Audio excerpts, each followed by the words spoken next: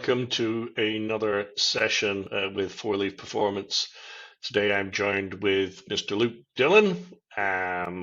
So Luke, we're going to be talking between us today with regards to consistency of behavior around habits and routines and why they're important, and some of the things that we've seen, some of the things that we've overcome.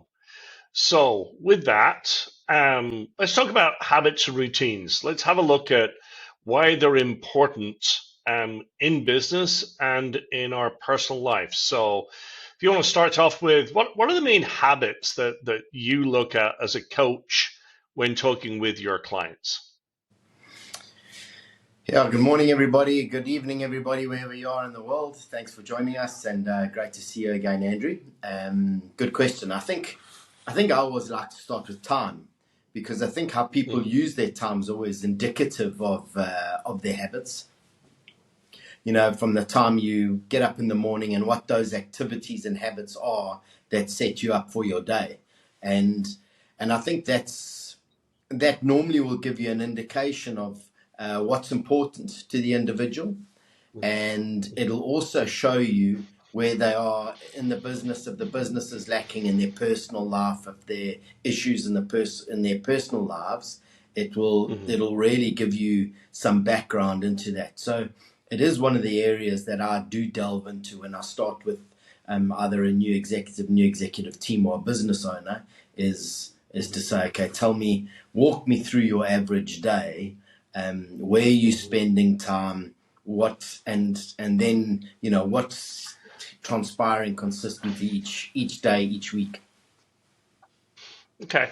What are the things that you normally find when you're looking through that? I mean, do you see a lot of wasted time? Do you see inconsistencies? What do you see when you start looking at time from a time management perspective? I think the first thing that you'll pick up, Andrew, is inconsistency. So, you know, like, just by way of example, you know, I've got a few clients, they, you know, huge advocates of the 5 a.m. club. Although some of them will say that they'll get up at 5:30 or whatever, but they're consistent. You know, every day, Monday to Saturday, they're up at 5 or 5:30 or 4:30, whatever the time is. But they have a routine that they follow. And generally, I find that those people that have those disciplines in place in their private life, where they get up in the morning and they follow a routine, you'll see their business is similar. Their meeting cadence has consistency, and how they handle things, that come up in the business, they'll have a system or formula that they work to. Where I see that there's inconsistency and someone says to me, oh, well, you know, it'll depend if I went out the night before, or, you know, what happened, and some mornings I'm up at 5 and some mornings I'm up at 8. Then straight away I can tell you, when I go and look at the business, it'll also have those erratic patterns. And what you're seeing with, if you've got consistency within the individual, consistency within the business, then you really start to look at consistency with results, correct? Correct. Because I think those are the things. It's those incremental things that we do every day in our businesses that give us momentum. Yeah. And I see, as we're looking at, plan your year, you plan your quarter, you plan your month, your week. What are you aiming towards? How do you expect to get there? So being consistent to the plan, being consistent to doing the work that needs to be done, being consistent with regards to delegating appropriately, right? Delegating, not abdicating. Right, making sure that everybody is consistently doing the things that they need to do, those habits, those routines, right? Following up with customers, following up on leads, right? Doing all of that work has got to be in a pattern, a consistency of behavior, consistency of language, right? I mean, lots of marketing companies tell you out there, right? Especially branding, you've got to be consistent with your branding. You got to be consistent with your colors. You got to be consistent with your message, especially if you're doing omni-channel, right? One message to all locations. But you've got to be consistent on your brand, your message, what you're offering. Because if you're not consistent, then everybody kind of gets lost, correct? Definitely. So I think, when you look at that, Andrew, I think just to take that consistency across, I think one of the first things I look at is the communication within the organization. And that generally comes through your meeting or your team meetup cadence. Mm-hmm. So, Mm-hmm. so what meetings are you having consistently with the team? What meetings, and how good are you as a team at making sure that those meetings occur? Because I find when I start coaching clients and I ask those questions, we have a monthly sales meeting. Okay, what day of the week is that sales meeting? Well, it'll depend. And where there are those inconsistencies, or, so I say, even if they do, sometimes they'll have that date set up. It's the last Wednesday of the month. Perfect. Okay, show me your default agenda for that meeting. No, well, we don't really have one. Okay, so what do you discuss in that meeting? And give me the format. Well, sometimes we'll be talking about this, and sometimes it's about that. So and I say, well, why don't you have an agenda where you've got a topic, you've got an opening, you've got a review of figures or what have you, and then that who's delivering what. And that agenda is shared 2 days before with your team, and people get to add things or exclude things from the agenda. So I think it's those little consistent steps that when you take those things and put them in place, Andrea, specifically with sales teams, and there's that measurement, what gets managed gets measured. What gets measured gets managed, should I say? Gets managed. And you straight away, you just from that consistency, you see improvement, don't you? Yeah, absolutely. I mean, it's consistency. So, I look at it from consistency from top to bottom, bottom to top, right? So, and again, it's not being overly regimented, right? This isn't, everybody marches in and salutes at 8 a.m. in the morning. That's not what we're saying. What we're saying is consistency of delivery. Processes, right? Why do we drive processes? As we look at processes in a business, why are we looking at processes? It's not just to look at processes, say tick in the box, now you've got an ISO 9000. It's to basically say what is predictable, because if your processes deliver on the things that they need to deliver, then the next element takes over. So think of a Toyota manufacturing, right? There is a manufacturing process. Everything has its place. Everything has its steps. And they use what's called total quality management. So anybody on the line can stop the line. But why do they do that? Because they want consistency of results. Hyundai, Toyota, they've all been built on quality products, right? They've tested the bounds of quality, right? That when you buy one of those cars, that it's going to last a long time, right? That's their claim to fame. But they consistently deliver a great product. They consistently deliver a good system. And that consistency through their process allows them to deliver that product to their customers and happy customers. That goes all the way back into the organization, where that consistency is built in at every level within the business. Total quality management is a way of life in Toyota, for example. So people turn up on time, right? People do the things that they need to do. People have got to do their education. People have got to do the work on the line. People have got to do the right handovers. If somebody sees something wrong, they've got to identify it. They've got to talk about it. So consistency of behaviors dictates an outcome. And this is what I love about, consistency of behaviors and process management, and identifying that. What is the outcome? And then as we look at the outcome, how do we measure that backwards? KPIs, right? Key performance indicators. Because that consistency of delivering on KPIs also guarantees the outcome. 100%. So I think, like, when you think of that, Andrew, like, how do we help our listeners today to say, okay, so it's, you talk about a Toyota, and I think a lot of SMEs or founder-run businesses in some spaces, depending on their size and team size, they're overwhelmed by the idea of trying to implement systems at that level. Right. So just to give you an example, I went into a business the other day. They are they do fire sprinkler systems, they do fire extinguishers, they do surveys, etc. So Right. 60 staff members, good revenue, no systems in place, no consistency. So, and their sales graph showed that, good month, bad month. Right. I'd say, okay, well, why did you have a good month? Oh, we did some marketing. What did you do the next month? No marketing. So the minute Right. we looked at time, team, money, where's time being lost and spent? Team, what's the service duration of your people, and where you're losing people. And we looked at those things and we just plotted a few basic systems. So I would say to any business owner out there to take, what are your 3 core processes in a business? Number 1 is surely sales. So it's selling your product, which means you need to collect your money. And then how do you manage your people that are doing those things? So with sales, it's looking at consistency there. What are our touch points with our clients? How often do we touch them? Are we following up? Are we making sure they're satisfied?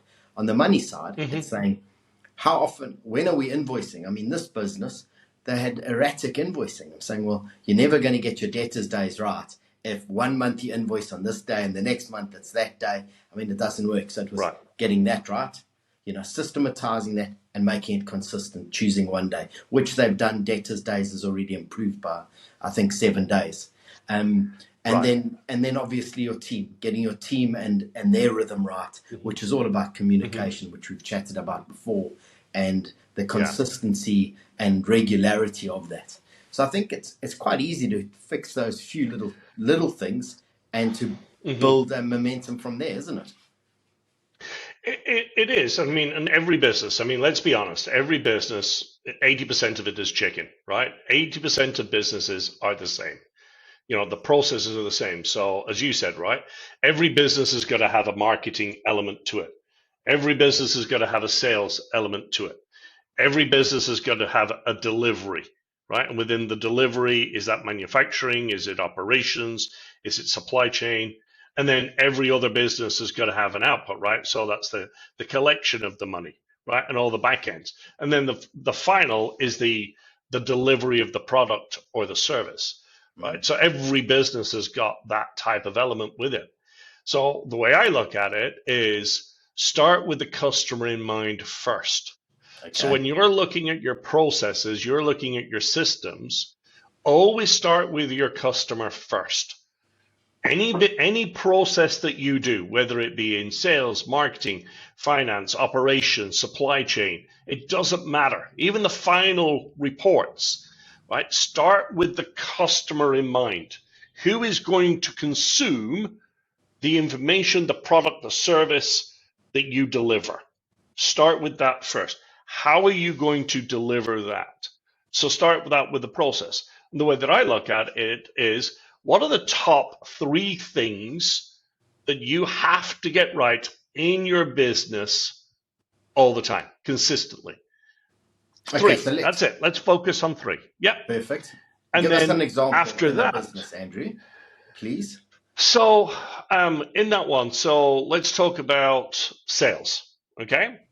So as we start looking at customers, what's the sales cycle for a customer? So you've got hunting and you've got harvesting. Now you got 2 processes, right? So harvesting is selling more to your current customer. Hunting is finding new customers. All right. So what's the process in that? So let's take harvesting, for example. So you already have customers today. Excellent. So we've got those customers. How are you going to measure the process with that customer? What is most important to them first? Right?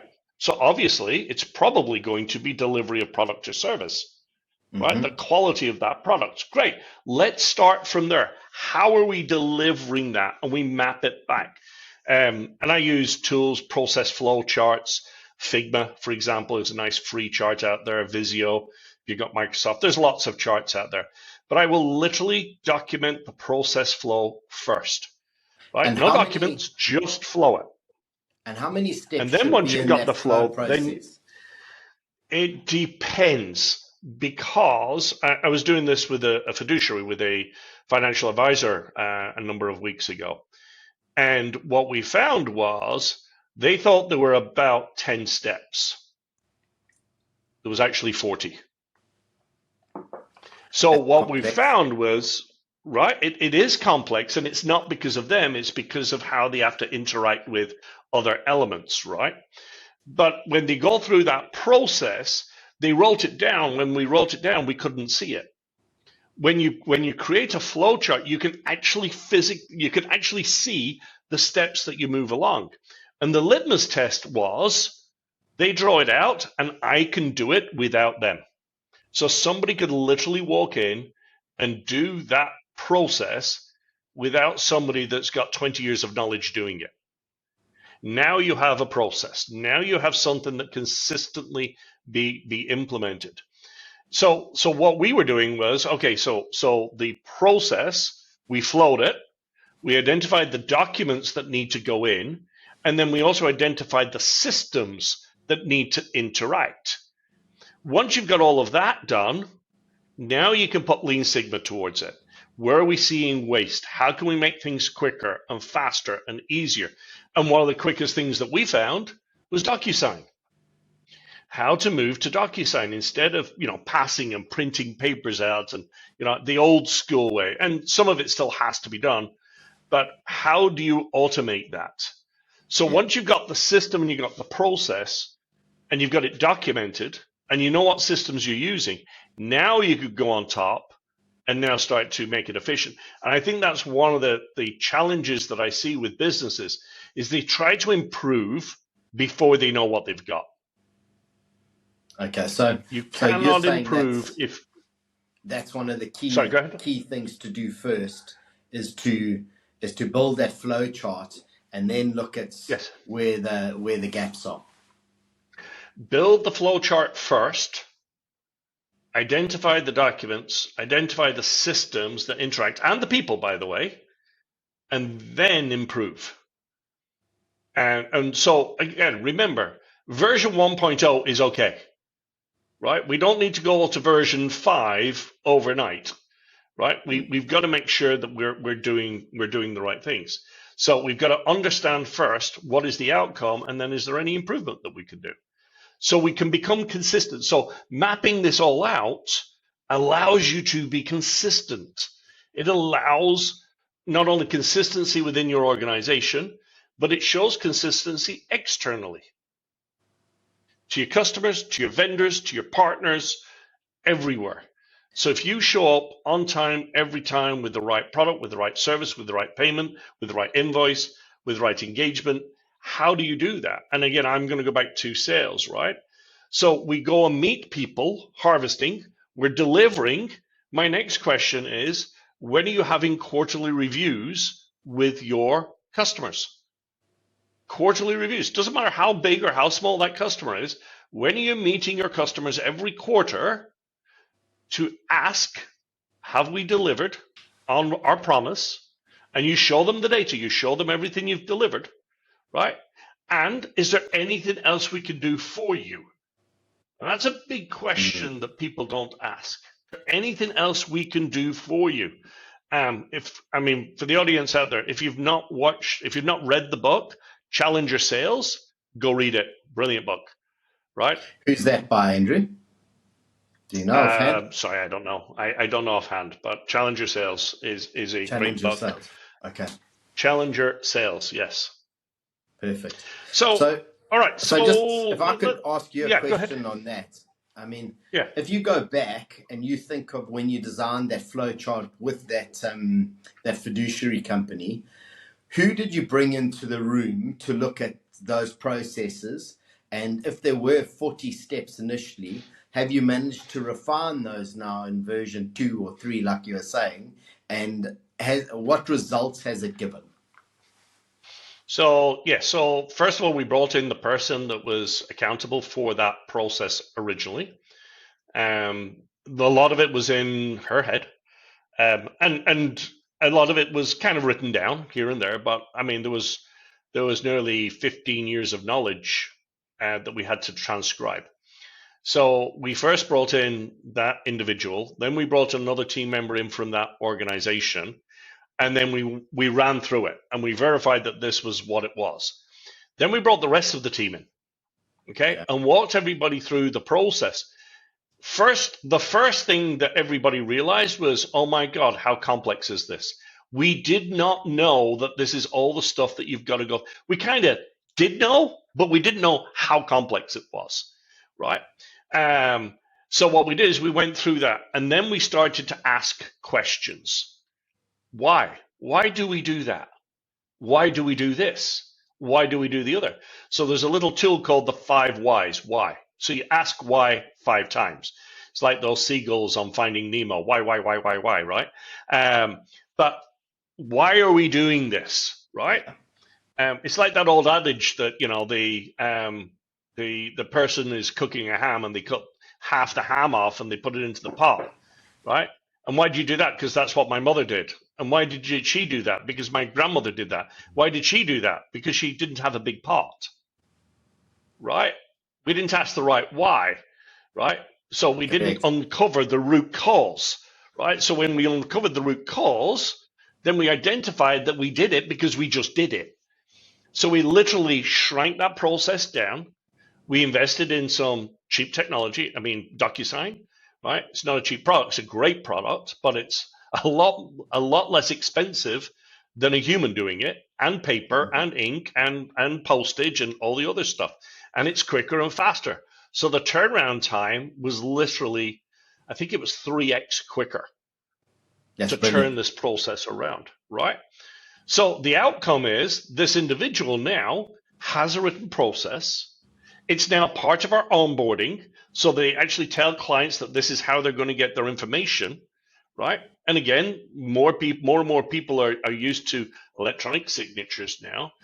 But we've freed up a significant amount of time for that individual, for them to do newer things and more things as this business is scaling. And the new thing that she's doing is actually documenting everything so that they can scale and bring more people in to help. Yeah, brilliant. Because the business is growing, expanding. Those are the efficiencies that come, aren't they? Yes, from those building the systems and the discipline and the consistency of just doing it now. That's how we do it, the systems in place. And it also prevents the organization from being, you know, held by one individual. If something happens to that person and all the IP sitting inside their head, now suddenly it's documented. You've got a system. You're starting to build a business as opposed to, you know, having to go in and do a job. You've got some trainable material and it's transferable. Yes. One of the biggest killers for business is single points of failure. And a single point of failure is if one person leaves or goes sick or is on vacation, that work cannot be done by anybody else. That a single point of failure in your business actually is pretty serious. And I know a lot of entrepreneurs that are starting up. I'm the only one that's here. Yes, I know. But get systems and processes in place that automatically do things. We're in the age of automation. Use it, right? Use the systems to automatically do things that you don't have to do.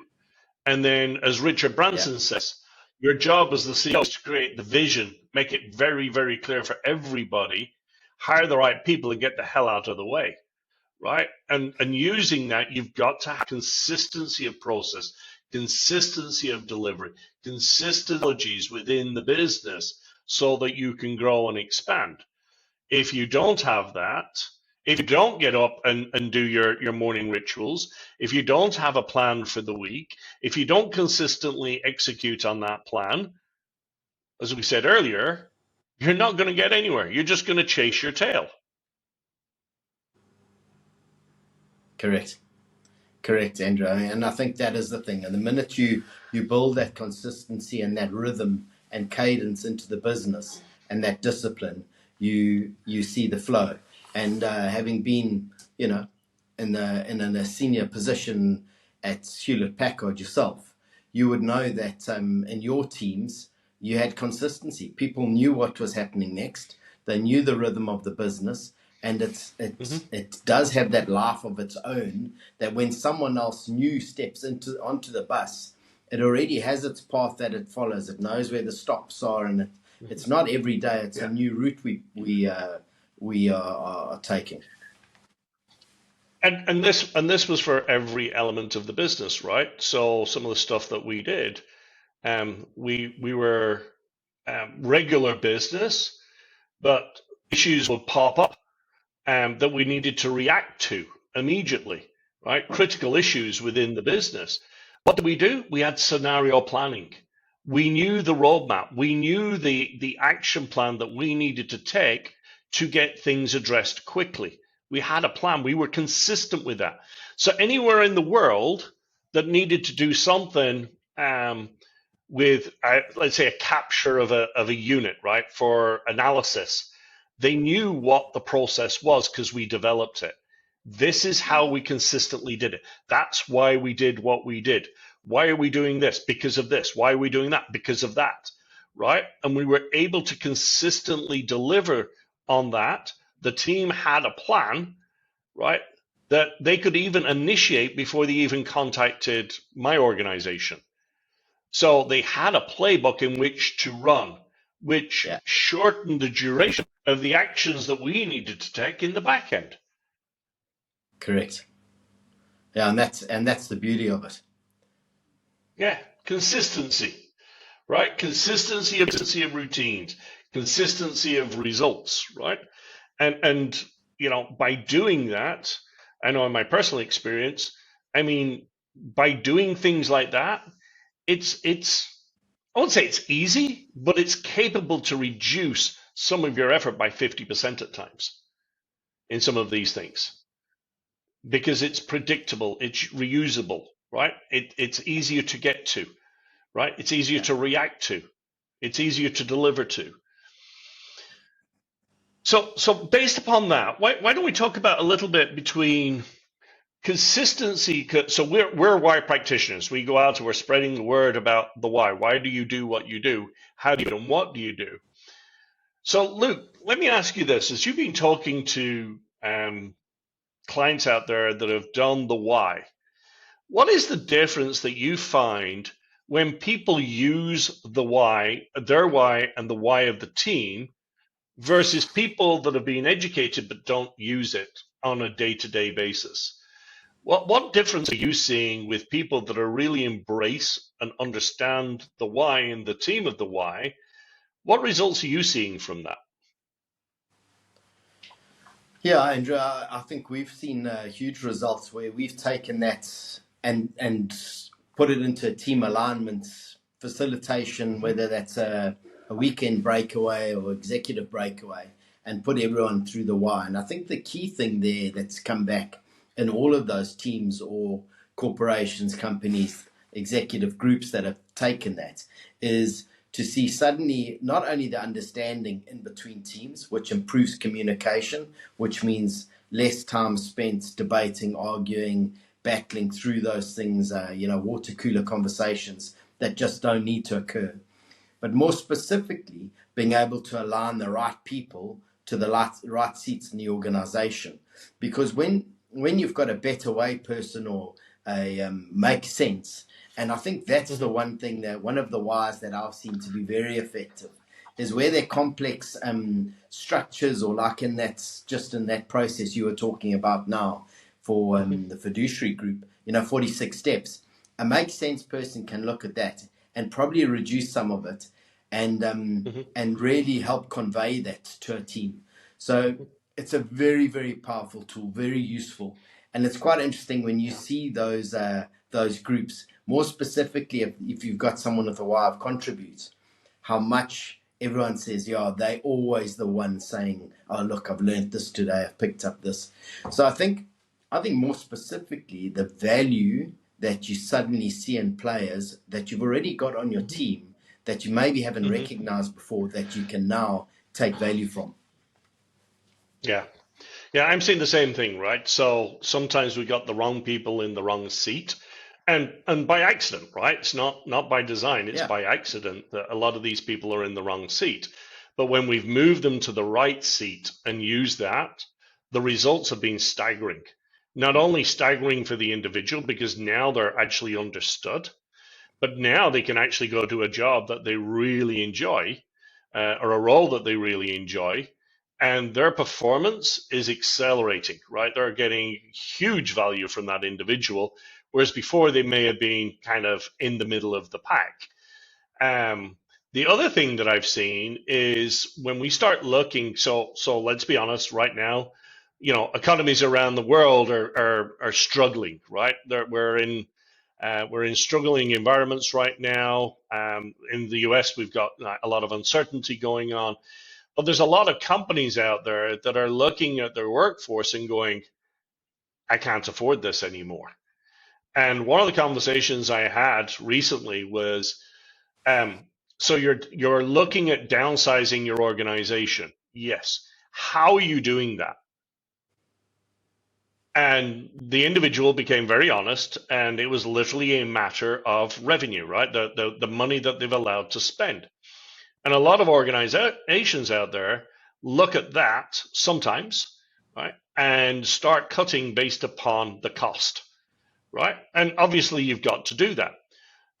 By using the why, you can actually identify the right people in the right seat on the right bus. So one of the challenges I gave to this individual was, why not look at somebody at the why? Who do you need in the right seats so that they can deliver more, right? And deliver it better, quicker, and faster. And right, from an organization point of view, if you had cut this person, what would you have been left with? And this is a question I ask a lot of business owners is, okay, yes, we've got to cut, but are we cutting the right person? What are you going to be left with? So if you do this cut, what are you left with, and what person are you going to be put into that seat? And usually you've then got to juggle things around, right? So yes, we've got this cut, we've lost these people. Now what do we do? And now you're forcing square pegs into round and triangular holes. Whereas if you understand the why and the right person in the right seat, now you've got somebody that can perform, and I would say even exceed your expectations, and you can do that responsibly. So you're putting the right person in the right place. You're going to get better returns. Yes, it may cost you a little bit more, but that should improve your overall revenue or margins based upon having the right person in the right seat. So I would look at, again, one of these behaviors is looking at your organization in multi dimensions, and then from there, do we have the right person in the right seat? And literally, we can, I know you and I have done this, but in about 15 minutes, we can figure out what somebody's why is. Yeah, definitely, Andrew. I think I'm out of our South African office, I'm working with an executive team at the moment, 7 people, 10 years, sitting at about 5.3 years average. They've never been through a led off-site team alignment. None of them. And some of them have been there for 11 years. Never done a psychometric analysis assessment, never done anything like that. And took them through that process, as you're aware. And the change in that team, firstly, we had a deselection on the team. One member stood up at the end of the weekend and said, I've actually come to realize I'm in the wrong place. And problematic team member. The resignation was celebrated by the executives because they didn't obviously have to let him go. He had chosen to leave. But it was based on realizing that he was actually never going to be happy there, which is why he wasn't performing. So I think that was a huge gift to the team. And the communication, I spoke to them the other day. It was a few months ago. Their performance, they've had 14% growth in this last quarter in a sector that where people are, busy with retrenchments and shedding, because now suddenly the team's communicating and they're filtering that down through the organization. And I imagine that they'll end up with 20-30% growth this year as a result. Yeah. Getting the right person in the right seat on the right bus and being consistent with that across your organization is really, really powerful and can significantly improve the delivery. I mean, and again, like you, I talk to a lot of people in a lot of organizations, and especially the larger ones, right? There's a lot of melancholy out there in certain organizations, right? How many people are sat in a job that they're waiting for the next 5 years to get their retirement, right? Because they've been put in, they're in the wrong role, they're in the wrong job, they're not motivated, they're not energized, right? I've never been more energized in my life, right? And I should be on the a little bit on the coasting side, but I'm not, because everything that I do is trying to do things a better way, and I'm trying to do it the right way and adding value. I mean, that's my why, my how, and my what. That's what motivates me every morning to do things better, not only for my organization, but for my clients. So being consistent with that and understanding that and not going into other areas that I'm not um, I'm not enthused about, right? I stay within my lane and I deliver in my lane, and I'm happy, and the company thrives on that. So from a company point of view, I mean, I would always say consistently look at your teams and your members from 365, right? From the emotional side, the delivery side, the KPIs, consistently delivering what you need to deliver, right? And support those behaviors within your organization, and select the right people, right? The right people in the right seat on the right bus. Totally, Andrew. And I believe that now with the experience that we have within Four Leaf Performance and working with teams in America, out of the Houston office, and Dublin, Ireland, and London, in South Africa, if you put all of us together and we'd say, okay, let's go and interview a team and predict their success over the next year, how accurate would it be? You can walk into an organization now, you take the team, you have a look, you ask a few questions, and you're like, okay, this business, they're definitely not on a growth curve. And that's the critical thing, because it's so easy to fix. But what I loved the other day is I was listening to an audio program, and the saying went something like this. It said, do you have a team that's committed or compliant? And I really thought that's incredible, because if you've got a vision and a goal for that team and they're aligned and they're committed, they will work together to achieve that. But if they're just compliant and they're being managed on KPIs and just the stick rather than the carrot, you will never achieve that success, because you've possibly got the wrong people on the bus in any event. But they're just not committed. So I really it's something that I'll take into my next few exec teams that I work with, and just look at that immediately. It'd actually be a great question, isn't it? Are you guys committed? It's great. Are I you love compliant? that one. Yeah. Are you committed or are you compliant? That's going to go out on a new post shortly, right? Are you committed or are you compliant? I mean, that's a brilliant question to ask. Are you committed or are you compliant? Yeah. That's an amazing question to ask people. And I think the answer often is going to come back, Andrew, is committed to what? And then when you ask the next question, well, what's the company vision or the company goal? You're going to see how often we do find that, where people are like, well, we're trying to do X, Y, Z, but there's no clarity. There's no clarity. And that communication is not being delivered consistently, in our monthly sales meeting, in our weekly management meeting. That's the opening line. We are committed to our goal is X, Y, Z, and I think that's the key thing. But powerful teams build powerful businesses, and it's the first step is building the team, and then your consistencies below that. Because, like you're saying, when you're committed, you come to that meeting, you arrive, you bring the energy, and you're involved in the process of growing an organization, and delivering beautiful products, to eradicate an issue or problem in the market, and to solve it. So, that's that excites me every day. Yeah, awesome. Cool. All right, before we go, any last thoughts with regards to Habits, routines, consistency, behavior. Any nuggets that you want to throw out there? Luke? Yeah, I think for me, I think that people need to, you build that rhythm slowly. And I'd say start with one new habit a week, a quarter, a month.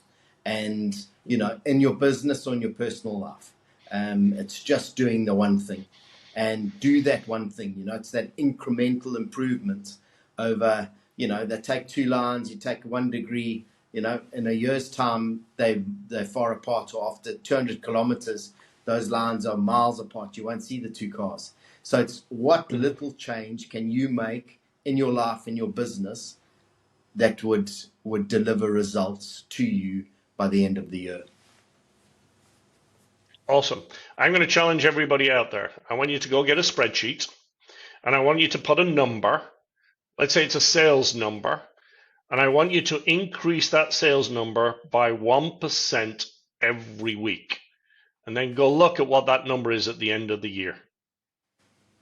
Incremental, small changes consistently applied will make significant impacts in your business. And as Luke says, you can start with one. Make one change, get that down, get it consistent, right? Do that every day, every week, every month, every quarter, right? My one, do a calendar. Set your calendar up for the following week. What are you going to intentionally do and follow that calendar? And on the calendar, not only what are you going to do, but what was the outcome? Right? I like that, The Andrew. outcome. And where can they share that with us? What would be the best 4Leaf performance platform to share their one thing with us on? You know what? Send it to us. We're on LinkedIn. We're on Facebook. We're on Instagram. I mean, any platform you're out there, come and join us. We're happy to talk. If you want to contact us, the links will be in this video. Come and join us. Come talk to us. Have conversations. Right? Come learn. We've got a YouTube video that we post videos every week. Of learnings and nuggets. Go there, go look at it, subscribe. With that, Luke, thank you as always. Appreciate your insight and wisdom as always, and we'll talk soon.